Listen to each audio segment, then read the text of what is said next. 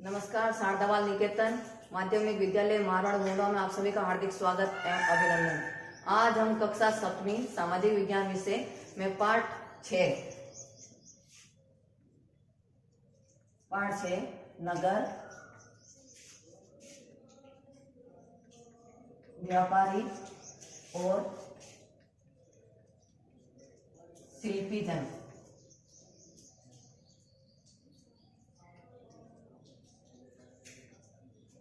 के बारे में अध्ययन करेंगे। हमारा आज का जो प्रकरण है वो है छोटे नगरों का संजाल।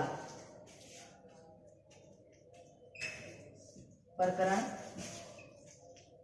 छोटे नगरों का संजाल।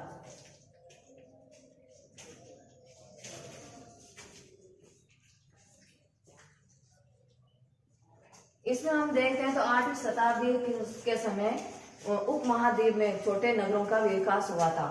उन नगरों का विकास ऐसे माना जाता है कि ये बड़े बड़े गांवों से ही पनपे होंगे। इसमें कुछ इस तरह से होता था कि जो व्यापार करते थे, इसमें व्यापारी भी होते थे। इसमें जो नगर के लोग होते थे उसमें एक मंडपिका होती थी। मंडपिका, जिसे हम वर्तमान में मंडी कहते हैं। नगरों के लोग इसमें अपना उपज अनाज बेचने के लिए आते थे। इसमें अनाज या उपज बेची जाती थी जिसे वर्तमान में मंडी कहा जाता है। इसी तरह से वहां पर कुछ ऐसी गलियां होती थी जहां पर दुकानें और बाजार होते थे। उन दुकानों और बाजारों में अनेक प्रकार के बाजार भी होते थे, जिसमें जैसे लोहार, सुनहार, तेलियों, शक्कर बनाने वाले, गुड़ बनाने वाले, तो इस तरह के अनेक प्रकार की दुकानों का भी उस समय विकास हुआ था। इसके साथ हम देखते हैं तो कुछ व्यापारी तो वहां पर बस गए थे, बसकर अपना कारोबार करने लग गए थे, लेकिन कुछ व्यापारी घूम फिरकर अपना क्रय विक्रय करते थे, जिससे दूसरे व्यापारी उनसे सामान खरीदते थे और उनका आगे भी क्रय विक्रय किया जाता था। जिसमें जैसे घोड़े थे, नमक था, अनेक प्रकार की वस्तुएं थी, तो उन वस्तुओं का आदान प्रदान क्रय विक्रय किया जाता था। इस तरह से ये उस समय जो छोटे नगरों का संजाल सा बिछा हुआ था उपमहाद्वीपों में, तो इनका विकास हुआ था। उसी समय एक प्रादुर्भाव यह भी हुआ था कि उसमें ऐसे भी कई जो पुराने पूर्वोत्तर या पुराने जो जमींदार थे या सामंत थे, तो उन्होंने इस तरह का जब यहाँ नगरों में विकास देखा, व्यापारियों का देखा, तो उन्होंने वहां पर अपना एक जो सामंत होते थे या जमींदार थे, तो उन्होंने नगर या उसके आसपास में किलेबंदी करके अपना महल स्थापित कर लिया था। उस महल के बाद स्थापित करने के बाद में उन्होंने इन व्यापारियों पर कर लगाना शुरू कर दिया था। कर जिसे हम चुंगी भी कहते हैं, चुंगी भी कहा जाता है, यानी इनके व्यापार के ऊपर कर लगा दिया जाता था और उन कर को वह वसूल करते थे। कभी कभी यह अधिकार वहाँ जो मंदिर थे, तो उन मंदिर के जो प्रधान होते थे उनको भी दे दिया जाता था। अधिकतर यह अधिकार उनको दिया जाता था, उन मंदिरों को दिया जाता था जो मंदिर उनके द्वारा, उनके स्वयं के द्वारा या धनाढ्य व्यापारियों के द्वारा बनाए जाते। धनाढ्य व्यापारी यानी जो विशिष्ट जो व्यक्ति होते थे, व्यापारी होते थे, उनके द्वारा भी कई मंदिरों का निर्माण करवाया गया। तो ऐसे मंदिरों का निर्माण के द्वारा भी इस तरह से यह कार्य किया जाता था। तो इस तरह इसमें मंडपिका का मतलब होता है मंडी, जहां उपज को बेचा जाता है।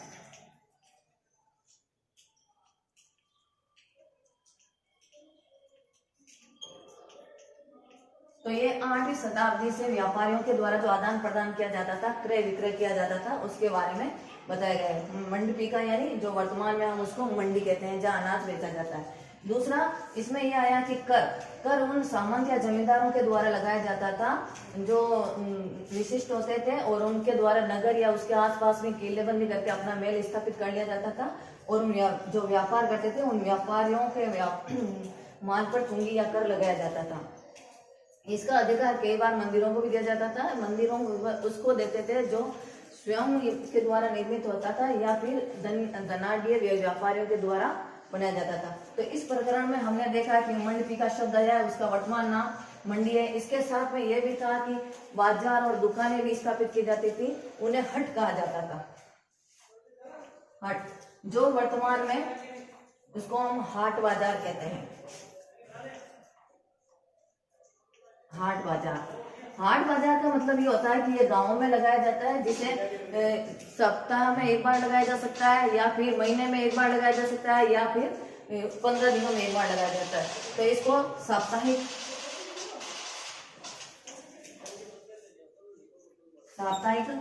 पाक्षिक या मासिक, इन तीनों में कहीं पर भी यानी सप्ताह में एक बार लगाया जा सकता है। पक्ष होते हैं हमारे दो, शुक्ल पक्ष और कृष्ण पक्ष, तो एक पक्ष में भी लगा सकता है। मासिक यानी महीने में लगाया जा सकता है। तो इस प्रकार से दुकानें भी लगाई जा सकती थी और प्रत्येक वस्तु की अलग अलग दुकानें भी होती थी। जैसे लोहार की दुकान होती थी तो वहाँ लोहार के जो औजार है या बर्तन है लोहे के वो बनाए जाते थे, बेचे जाते थे। दूसरा सुनार की दुकान होती थी, बढ़ई की दुकान होती थी, मसालों की जो दुकानें होती थी बढ़िया की होती थी। तो इस प्रकार से ये जो शब्द हमारे यहाँ आया हट, हट का मतलब होता है हाट बाजार, जो पाक्षिक मासिक या मासिक और साप्ताहिक तीनों प्रकार से लगाए जा सकते हैं। ये अधिकतर गांवों में बाजार लगाए जा सकते हैं। तो इसमें दो शब्द हमारे ये जो नए आए हैं मंडपिका और हाट, हट। तो हट का मतलब हाट बाजार। तो इस तरह से ये व्यापार होता था। इसमें जो हमारा अगला जो टॉपिक आता है वो है बड़े और छोटे, बड़े और छोटे व्यापारी। तो उस समय व्यापारी भी कई प्रकार के होते थे। उसमें बंजारे भी व्यापारी होते थे। इसमें यह भी बताया गया कि ऐसे कुछ व्यापारी थे जो घोड़ों का व्यापार करते थे, और घोड़ों का व्यापार करते थे तो उसमें उनका एक संघ भी बनाया जाता था, और संघ का जो प्रमुख होता था वो दूसरे जो लोग होते थे व्यापारी, उनसे घोड़े बेचने के लिए योद्धाओं से बातचीत करते थे। इसमें हम ये भी देखते हैं कि इसमें जो बताया गया है कि बड़े और छोटे दोनों प्रकार के व्यापारी होते थे। तो दोनों प्रकार के व्यापारियों में कुछ व्यापारी बड़े वर्ग के भी होते हैं और कुछ छोटे। तो छोटे व्यापारी मसाले वगैरह इनका व्यापार करते थे, जो बड़े व्यापारी होते थे वो घोड़े और इनका व्यापार करते थे। इसमें यह भी आया कि जब व्यापार करने के लिए ये जाते थे तो ये अपने हितों की सुरक्षा के लिए ये अकेले नहीं जाकर के काफिला बनाकर जाते थे, यानी एक साथ में कई व्यापारी अपने व्यापार करने के लिए जाते थे, और उन व्यापारियों का जो काफिला होता था वो एक संघ बनाकर जाते थे।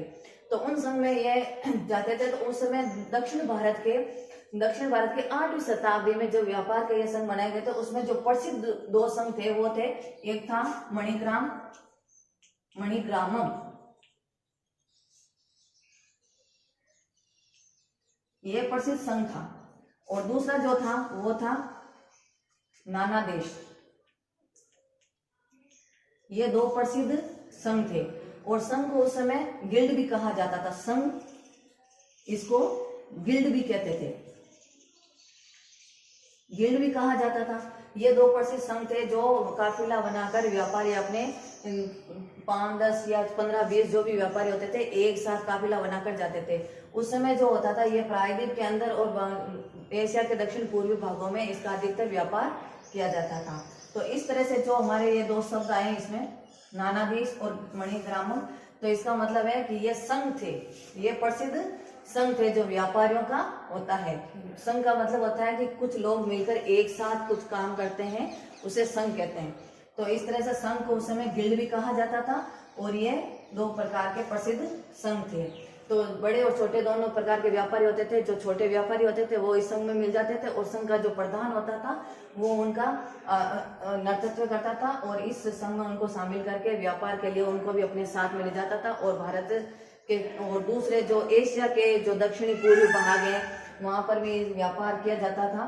तो भारत का व्यापार जो था अन्य देशों में भी था और पूर्ववर्ती राज्यों में भी किया जाता था। इस प्रकार से ये बड़े और छोटे व्यापारियों का जो व्यापार क्षेत्र था बहुत ही बड़ा था। आज हमने पाठ के सारांश के रूप में जो पढ़ा है उसी में से दो प्रश्न हैं। तो पहला हमारा प्रश्न है मंडपिका से क्या आशय है?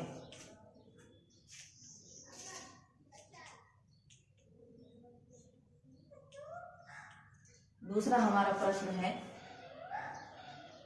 व्यापार संघ के प्रसिद्ध दो संघों के नाम बताइए।